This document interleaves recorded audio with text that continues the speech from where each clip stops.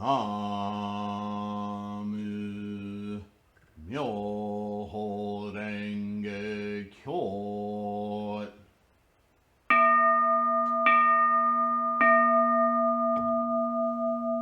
Namu Myoho Renge Kyo.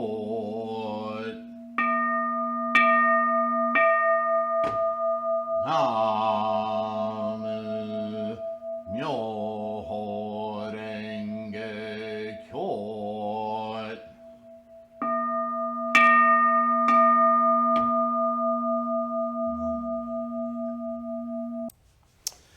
Hello, everyone. Welcome to This Amazing Life.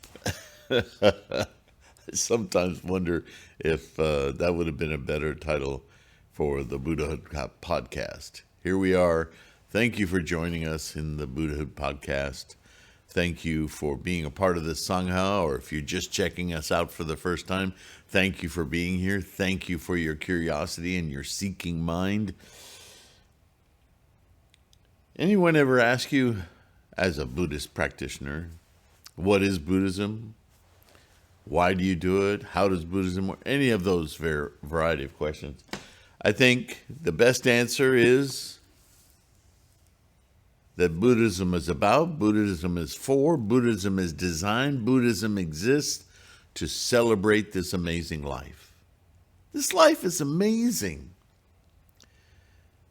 You know, we're constantly judging our own life, other people's lives. We look at people's lives who are in different circumstances, and we either envy them or pity them.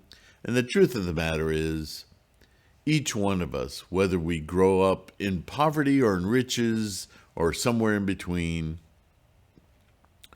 we're all doing the same thing. We all experience sadness, challenges, desires.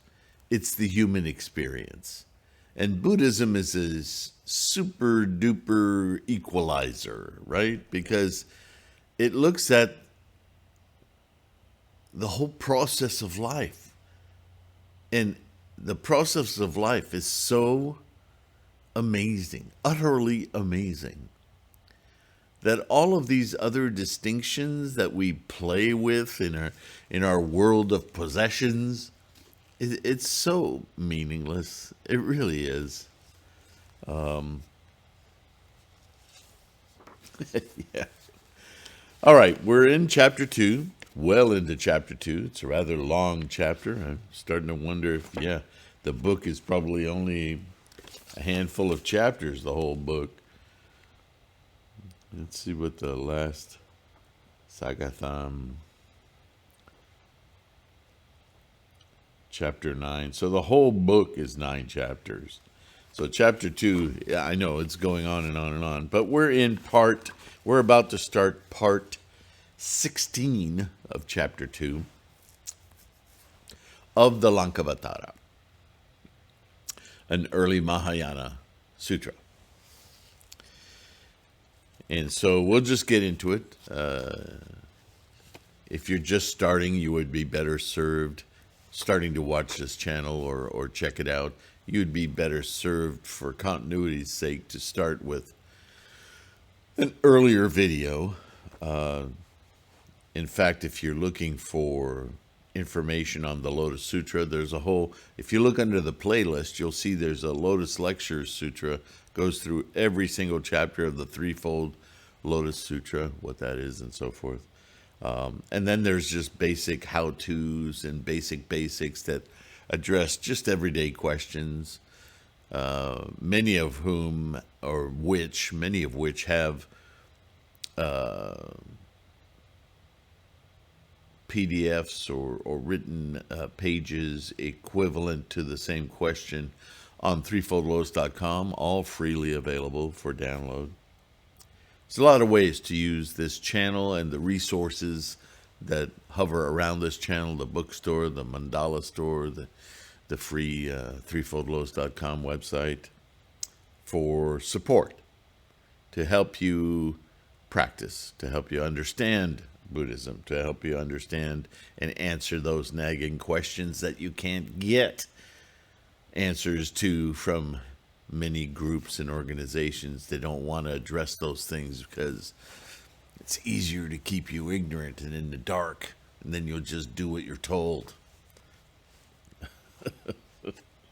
All right. Further again, Mahamati, our emancipated one, Shakyamuni, is still trying to address Mahamati's stubborn mind in the realm of the ego. He seems to see everything. Although he's an advanced bodhisattva, he still seems to understand everything in the world, including enlightenment, from the standpoint of self. And to be honest, and we've discussed this already, language, especially, well, not especially, but certainly in the English language, as much specificity and words as we've invented in this linguistic language to identify things, that is the very problem of Buddhism, is that identifying things doesn't get you to Buddha-ness. Buddha-ness is free of identification, even of itself. So this becomes a difficulty in the language, yeah? But here we are. Further, again, Mahamati, in the life of the Shravaka vehicle, the world of learning, the monk who is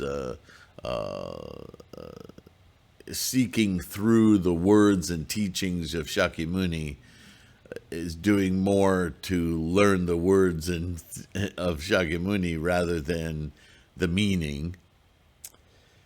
There are two aspects to be distinguished, namely, the excellent and the exalted state of self-realization. And there's that sticky term again, self-realization.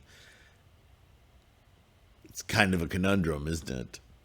Because realization of the reality of the phenomena, of all phenomena, their construction, their impetus to exist,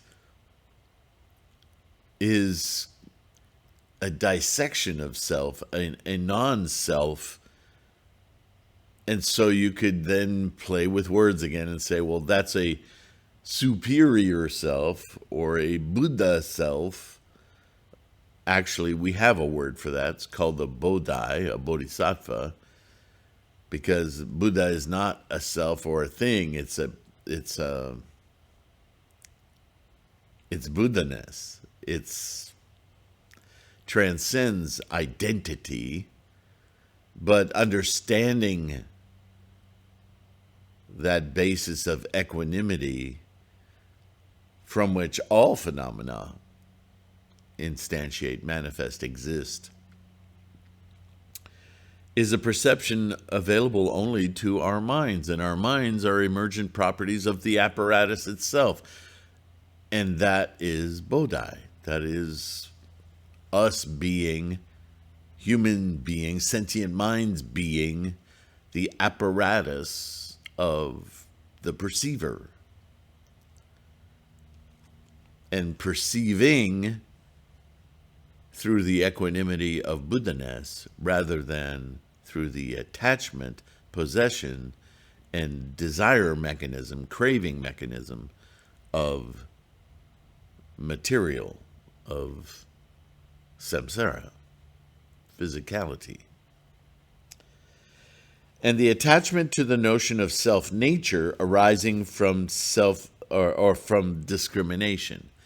And there it is, in one sentence, exactly what I was saying. So I'll read it again without interrupting it this time. In the life of the Shravaka vehicle, there are two aspects to be distinguished, namely the excellent and exalted state of self-realization and the attachment to the notion of self-nature arising from discriminations. The notion of self-nature arising from self-discriminations. What does that mean? Identification. Identifying a self as a thing by virtue of identifying everything that is not self. See, that's the dual-sided coin of identification, right? A glass cannot be half empty if you don't acknowledge that the glass is a separate thing from what is around it, and that there are differences in the contents of that vessel. Right? The idea of fullness or emptiness is a push-pull. It's a duality. And that's what discrimination does. That's what identification does. Am I all this? Well, that's not me. That's not me. I'd like to have that, but I'd like to have that because that is not me. And at the end of the day, I'm rounding out my idea of what me is. That's how identification works. And that is the problematic that Buddhism is saying, stop that. Everything is you, and you are everything. Look at the process rather than identifying the sparks.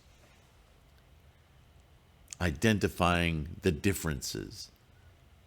The differences are an illusion, ultimately.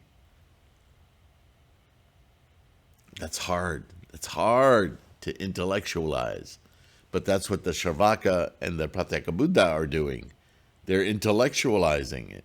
That's why he keeps calling out the philosophers, because that's an intellectual pursuit. And they're happy to just keep dissecting. Do you see?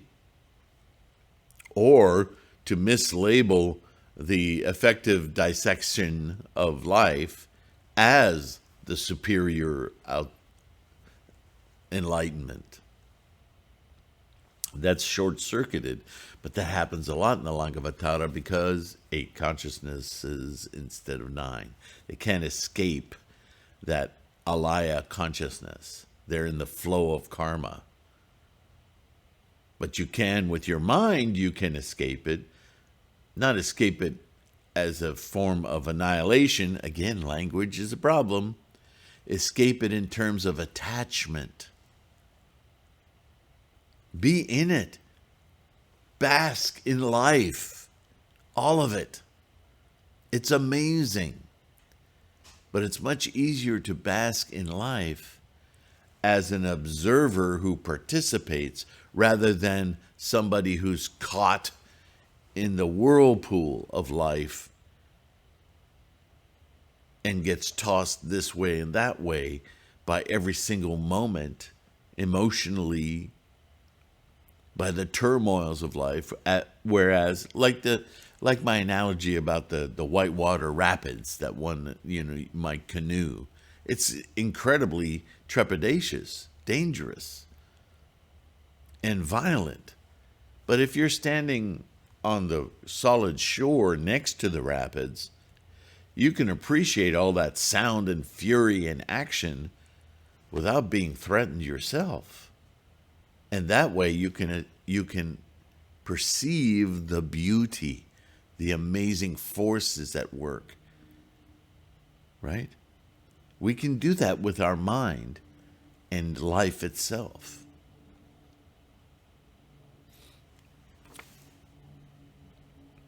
What is the excellent, exalted state of self-realization belonging to the Shravakas?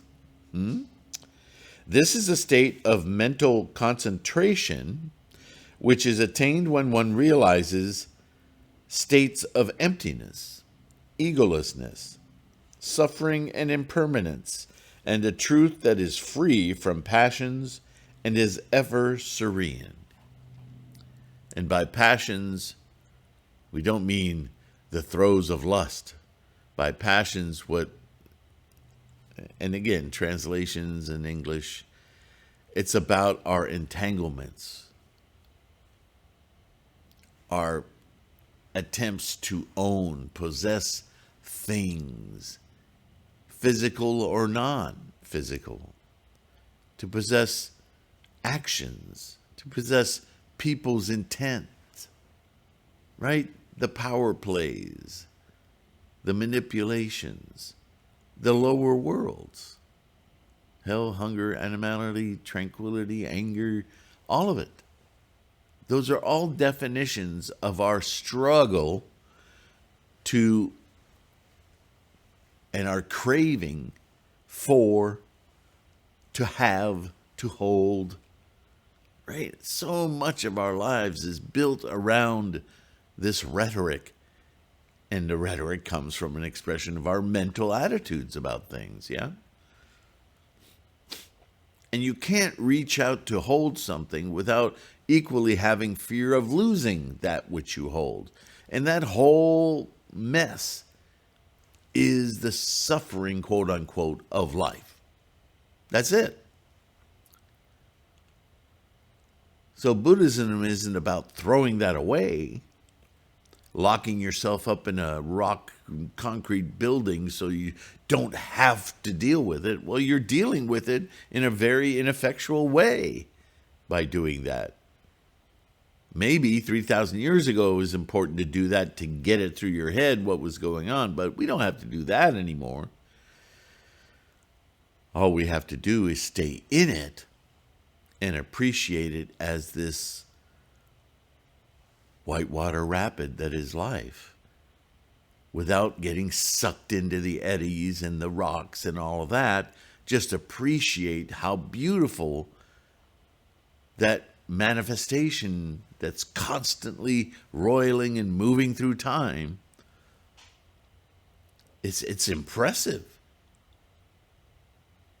Just don't invest in it.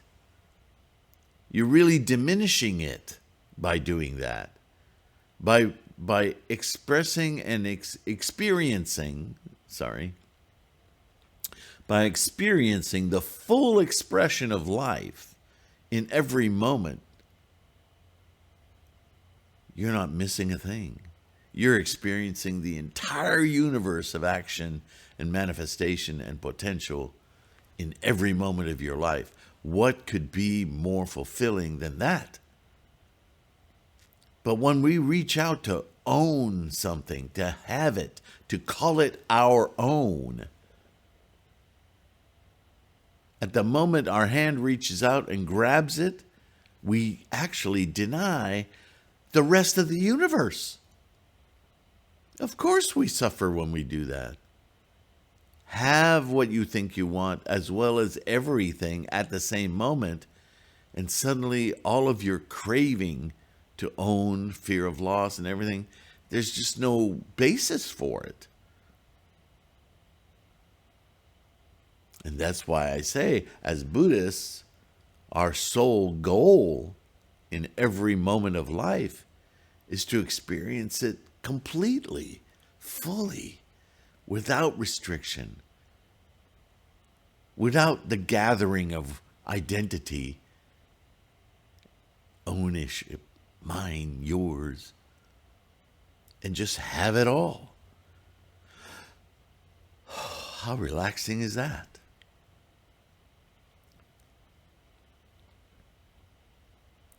That's what the great calming is talking about. That's what quiescence is talking about. That's what quietude is talking about. Not a samsaric condition of awareness, but an awareness that is itself undefined, unidentified, but experienced through our individual sentient minds. That's a different sort of being, isn't it?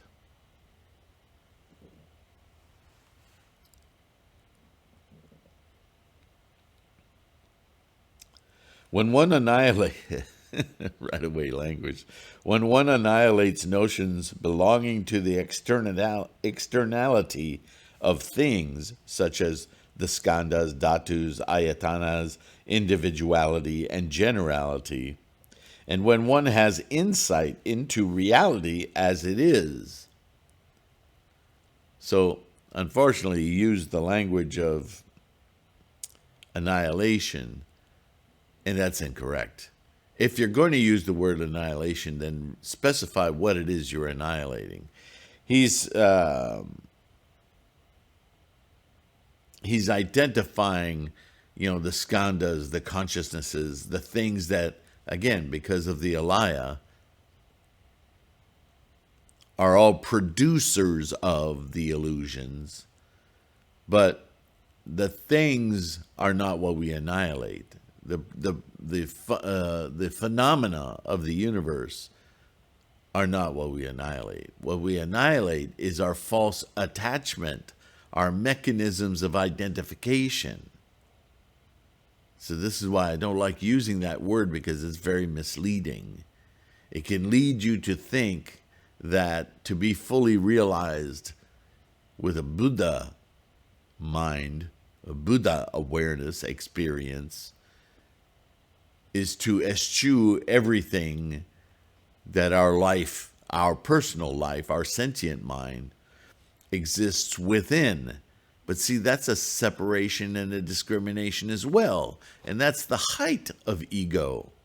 And this is why the Arhat and the Pratyeka Buddha and the Shravaka have not experienced full enlightenment, because they've made it a personal thing, separate from everything else. They don't get it. Again, I go back to that Motown song, "You are everything and everything is you." It's the most enlightened lyric, even though I'm sure Marvin Gaye or whoever helped him write that, if he didn't write it himself, wasn't quite aware of. Maybe he was. I wasn't there. I don't know. I'm not in his mind. But then he says, and has insight into reality as it is, which isn't a static statement. It's a statement about allowing the universe to express itself fully in your awareness, in your experience, without discrimination. Entering upon this state of mental concentration, the Shravakas will attain the blissful abode of exalted self-realization, in which there is the emancipation belonging to a dhyana, the path and fruit of a samadhi, and the deliverance of the samapatti, but in which there is as yet no discarding of habit energy, and no escape from the imperceivable transformation of death. So, in a word salad there, I think he's identifying the very problematic I was indicating earlier. Is that a Shravaka, even though capable of reaching a Buddha awareness, is only viewing that awareness from the perspective of being an individual Shravaka who knows, is intellectualizing it yet again. This Mahamati is the Shravaka's exalted state of self-realization. Having attained this exalted and blissful condition of self-realization as realized by the Shravaka Mahamati, the Bodhisattva Mahasattva may not enjoy by himself the bliss of cessation, the bliss of samapatti, but should think compassionately of other beings and keep ever fresh his original vows. Mahamati, in whatever exalted and blissful state of self-realization the Bodhisattva may find himself, he should never exert himself in the exalted and blissful state of self-realization as attained by the Shravakas. Again, he's identifying this false border that a self-identity creates. Because to be so enamored as a self, identified self, is, once again, the limiting factor of life, because you declude, you divide yourself from the selfness of everything else.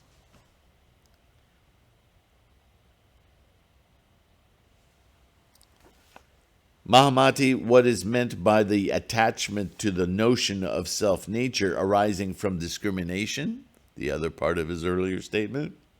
This attachment takes place when a man, seeing that the elements and the qualities such as blue, yellow, warmth, humidity, motility, and rigidity have never been created by a creator, yet clings to the notions of individuality and generality in accordance with the measures laid down in books of logic.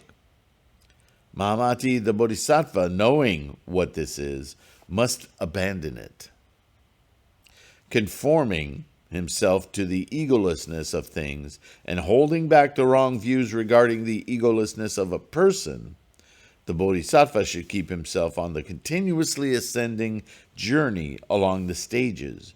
This is the Sravaka's attachment to the notion of self-nature arising from the discriminations of existence. Now, I'm reading through this, but you can see the fallacies that are indicated in the language, the linguistics here. And hopefully I've made those more clear to understand, I hope. But this is the obsession of the Lankavatara, yeah? So let's continue and see how it continuously gets dissected. Maybe there's something in that, yeah? At that time, Mahamati, the Bodhisattva Mahasattva, now we're in part 17, by the way, said this to the emancipated one. According to the emancipated one's teaching, the eternal unthinkable is the exalted condition of self-realization and also of highest reality. Now, do not the philosophers also talk about the creative agent being the eternal unthinkable? Oh, the answer's in the question, isn't it? The philosophers, the concrete thinkers, the people of discrimination and identity, they desperately want to identify a creator that is outside the self. Where there's that discrimination, that's the very root of the problem. But he asked the question. So the emancipated one replied, "No, Mahamati, the eternal unthinkable considered by the philosophers to be characteristic of their creator is untenable." Why? Because, Mahamati, the eternal unthinkable, as held by the philosophers, is not in conformity with the idea of a cause itself.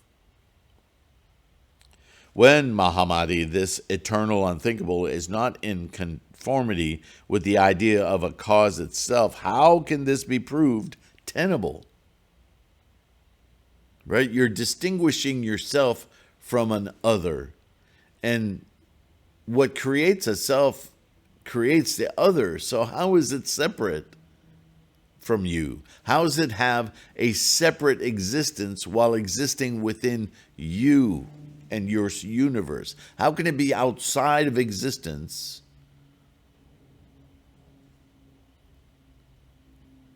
and if it were, how could you experience it?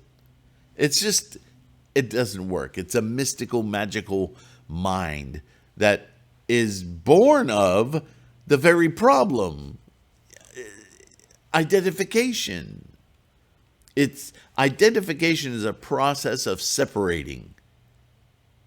And separation and dissection is one problem, but then evaluating those discriminations as different values or other than is another level of problem with that, which creates this whole disunity, right?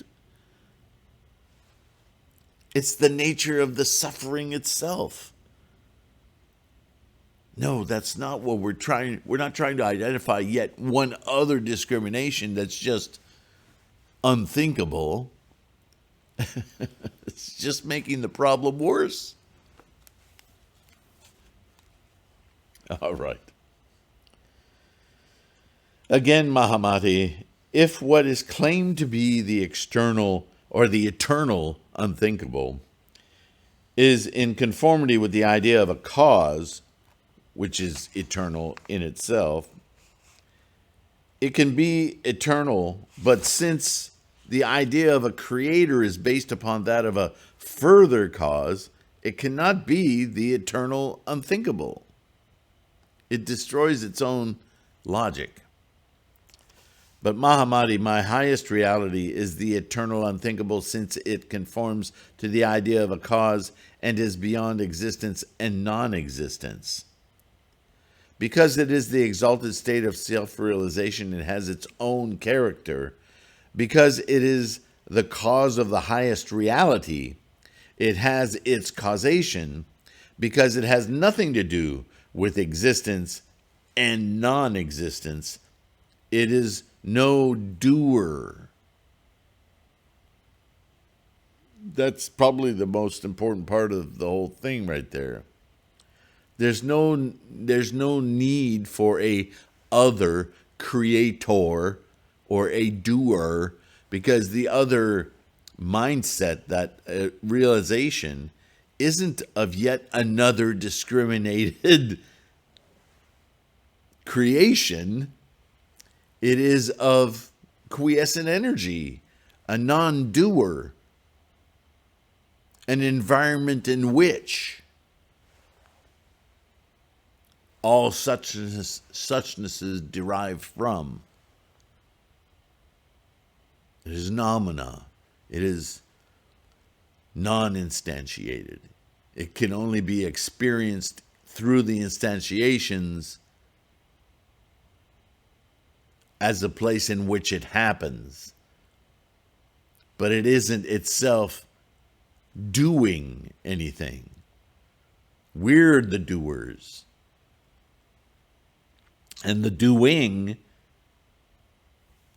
is the happy adventure of sparks. Arising, abiding, and ceasing. This whole play of life.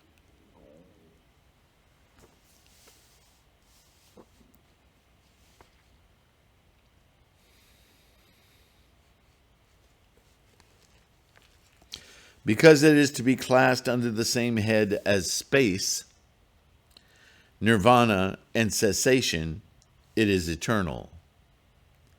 It is without time.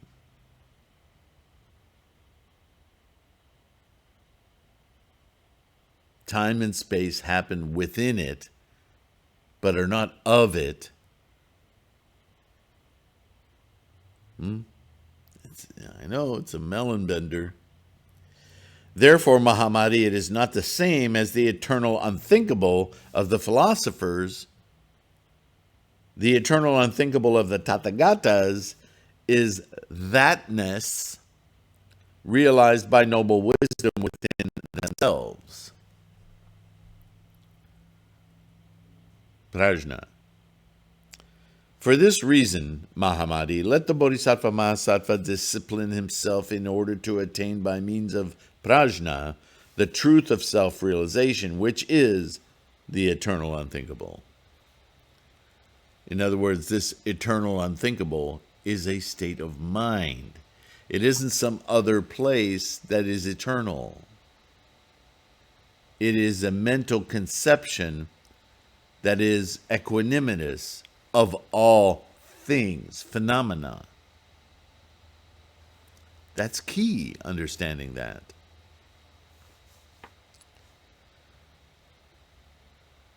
Again, further, Mahamati, the eternal unthinkable of the philosophers is not characterized with eternality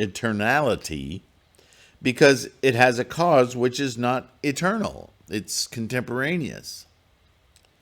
What they regard as eternal is not eternal, as it is not characterized with the power that can create itself. Men create gods. Gods don't create gods. Of what need would they have to do that?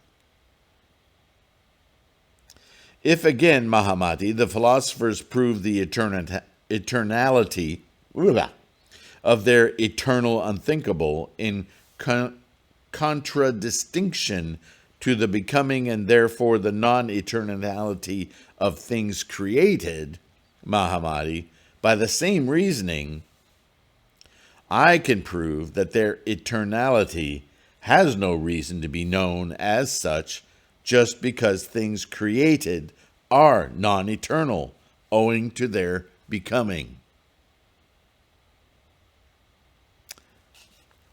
Wonderful argument, right? If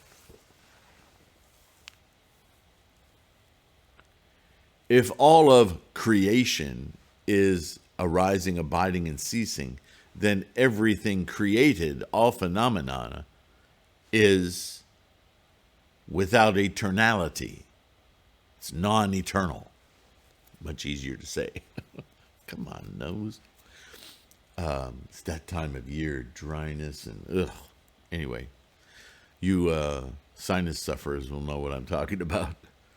I think that's fast becoming everyone, so something in the air, right? Anyway, so everything created must therefore be impermanent. Nothing exists in and of itself forever. So of what need with eternality be as something distinguishable? Why would a creator create things in an eternal way just to observe the lack of eternality? And so the created other, by its very logic, is also non-eternal. This is, again, points back to, and Buddhism, I tell you all the time, is about the mind. This idea of eternal can only exist in the very non-eternal mind. It's a magical thought. It's a thought without basis in reality.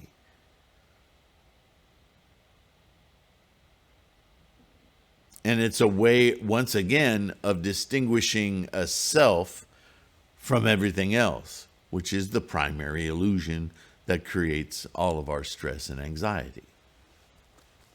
Follow? If again, Mahamati, the eternal unthinkable of the philosophers, is in conformity with the idea of a cause, what they regard as characteristic of a cause is a non-entity, like the horns of a hare, and Mahamati, their eternal unthinkable is no more than a verbal discrimination in which Mahamati, the philosopher's fault, consists. It's just a play of language. It doesn't point to anything real. Why? Because Mahamati, mere verbal discriminations are indeed the hare's horns. By him stating it, right? On account of their having no characteristic of a self-cause. Mahamati, moreover, my eternal unthinkable is really eternal because it finds its cause in the exalted state of self-realization and because it has nothing to do with a creator, with being and non-being. This is a mental exercise to release oneself from the craving of everything is a mental proposition simply to re-perceive everything, albeit liberated from the cravings of ownership.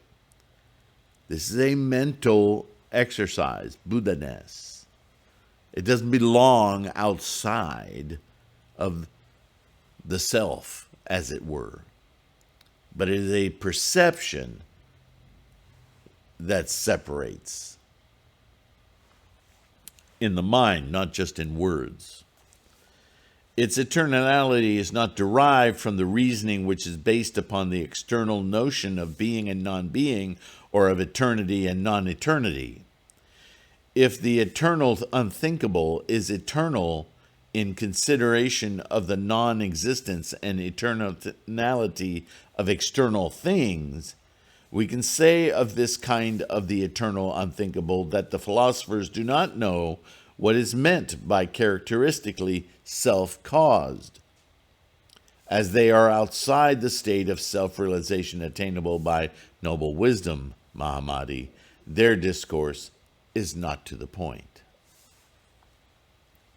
They're thingifying the mind rather than seeing it as a facility of perception. They use it to further discriminate rather than understanding the problem of discrimination. And now we're going to part 18. I think I'm going to pause there today, and we'll continue. We'll take this up further in the next video. There's such a density of conceptual blah, blah, blah in each of these sections that I'm more concerned with moving through them too rapidly. I would rather give you these snippets along with my own insights to kind of chew on for at least a day, have those thoughts as you go to your mandala and you begin to chant. And then, of course, it all falls away because you're just being in your Buddha-ness. But by doing that, your mind, fed by your training of Buddha-ness, will get your own insights from this. This is our mechanism, right? It's like how when we dream at night, our brains and our minds sort through a bunch of data that got discriminated and come up with little neat packets of useful information and forgetting about stuff that isn't useful. That's kind of what we do with our dreams, whether we understand that or not. When we chant, our great objective perceiver, mind, goes through everything we've assimilated during the day and clears it up, packages it for our mind to make it useful, so that as we course through our day, that Buddha-ness, that clarification of knowing, our prajna, is in operation and is unencumbered by things that no longer are important or interrelated with existence, and clears the path for opportunities to experience the whole Buddha-ness. Slowly over time, by chanting, we hone our mind's perception of life. That's our practice. Thank you for being here. Thank you for doing just that. Immense kudos for having the courage to do that. Yeah. Enjoy it. Enjoy your life. All of it. And those of you who are able to support this channel by first of all, subscribing. Even the likes I hear are essential for the algorithms to grow this Sangha, yeah? But those of you who are buying books or mandalas or downloading things from Threefold Lotus, but the financial aspect of things is a reality we must deal with. So your purchases, your donations, PayPal, Patreon, immensely, immensely grateful. All of us are for your support. Thank you. Thank you again. And I will let you go, and I will see you in the next one. Quite assuredly. In the meantime, bye for now.